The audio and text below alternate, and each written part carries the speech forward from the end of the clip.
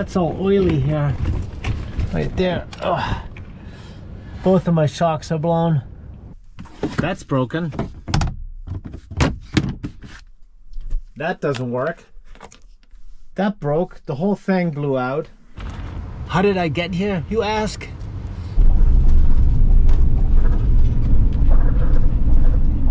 You hear that? What is that?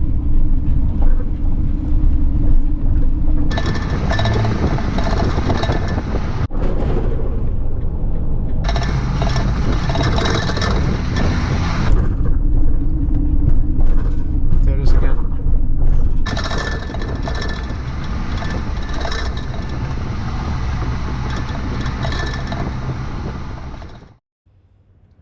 Alright, well, I need new shocks. So, since we're talking about stuff breaking, we've had this van now for 100,000 miles, and maybe you're curious to see how's it been holding up, and what's been breaking in the van, in the conversion, in the camping part, electrical, whatever, whatnot. Well, let's get into it. But you know what? I'm gonna get a little more comfortable inside the van.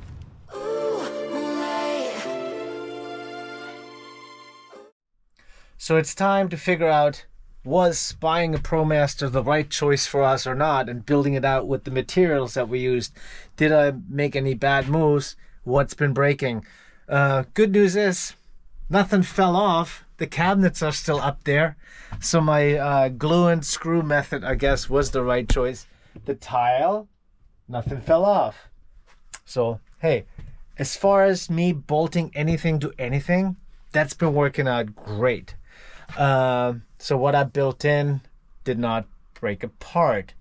So let's start with the vehicle, the Promaster itself. I've had only really one issue now, well, actually two issues.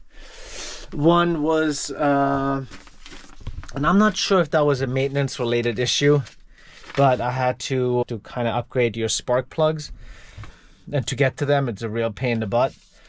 So it's also not a cheap service. It was like almost $700, but as they were doing it, there was some bolts in the intake that were stripped. They had to extract them, so it was kind of a pain in the butt. And then about a month or so later, I had an oil leak. So I don't know if that was anyway related to the spark plug service, but that is basically my only engine issue I ever had at 100,000 miles now with the Promaster. And I had to get a gasket fixed, and that was like another $900. So it's kind of a bummer, especially after I had it serviced, and then there's something else. I think it was a coincidence. I'm not blaming anybody. I think it just shit happens. So that was my big engine repair. It was about $900, like the out of, service, like, wear and tear is not a, this is not what I'm counting for here. It's the repairs. And obviously, as you just saw, the shocks, they just blew up. Also, I mean, I've driven down a lot of country roads and dirt driveways and a lot of potholes. So I'm also like, I'm not going to be mad about that the shocks blew at 100,000. I mean, I do carry a bit of weight. I don't, but the van. And so, yeah, it was fine.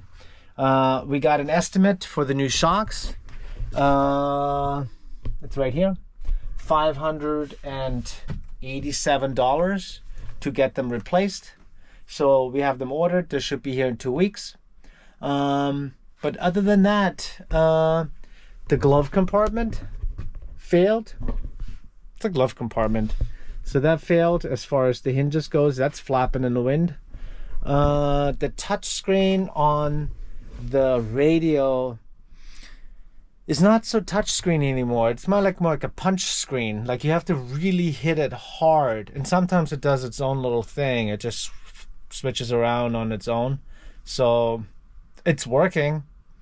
I wouldn't call it touch screen. It's a punch screen, but it might actually one day die. I feel like the radio is like, it just wants to say goodbye. These things right here, these USB chargers. Gotta say, I've replaced this one twice now. The 12 volt plug, no problem, right? But the 12 volt USB chargers are absolute garbage, and it's the second time I bought them now, and I replaced them. And every time I charge the iPhone, or like, well, first we thought we couldn't put two iPhones at the same time on, it would just fry something in there, but then it just blew out no matter what. So my plan actually for that is I'm gonna get another 12 volt socket and put it in there, and then we have these. That's what I use in the front, and it's just, these things work. They work great. So then I can just have multiples. So I plug this in there. It's easy. And then I don't know what's wrong with this. I mean, there weren't bad reviews on Amazon. I guess I'm not giving it a bad review. I'm just too lazy for that.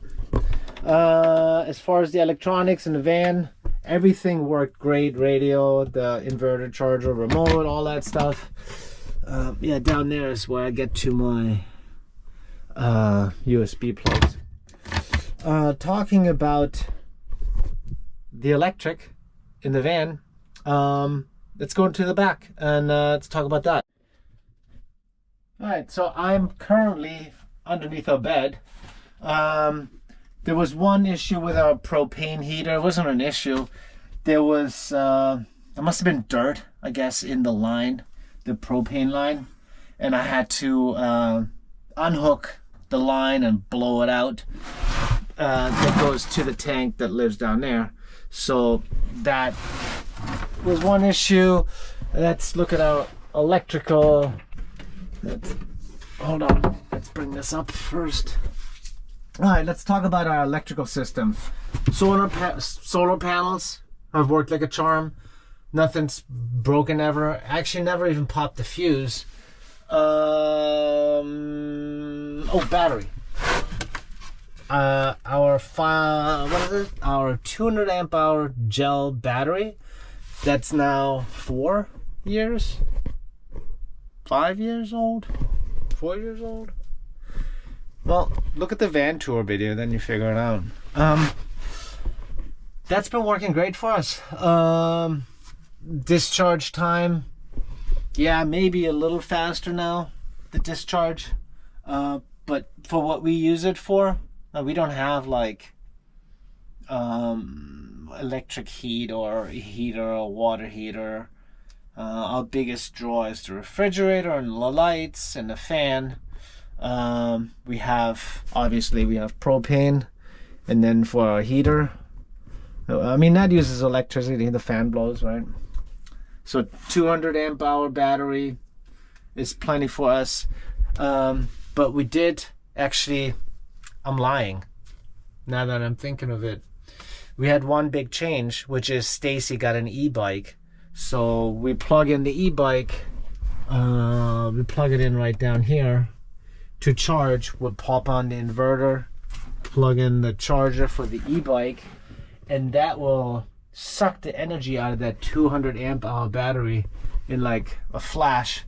So we ended up, it was a debate that was very short.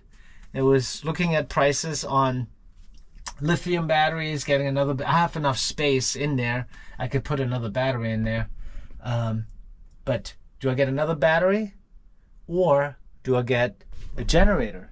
And obviously you could already got the answer. We ended up getting a tiny little Honda generator that fits perfect in my little build out down there.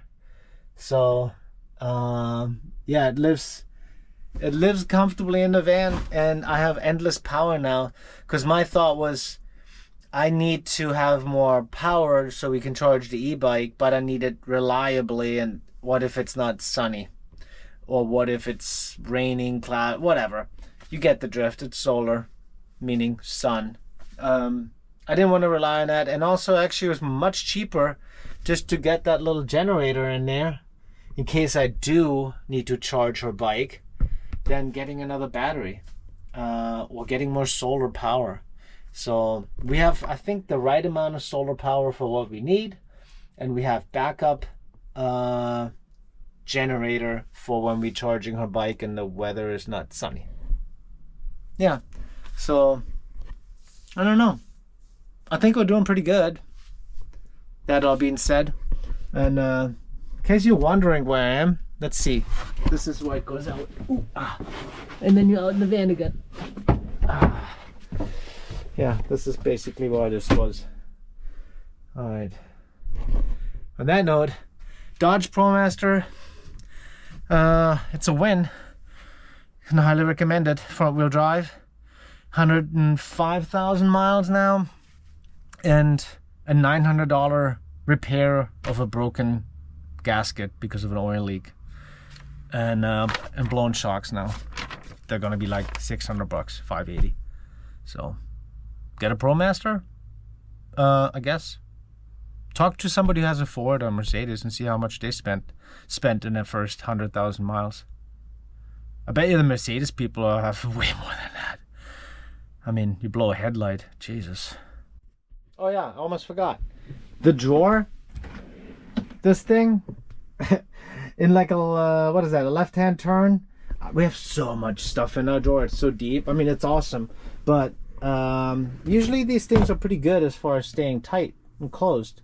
So I never had a, you know, latch or anything on it, but there was a left-hand turn and that drawer hit that door. It went flying all the way across. It basically ripped out the stops and the ball bearings were flying everywhere.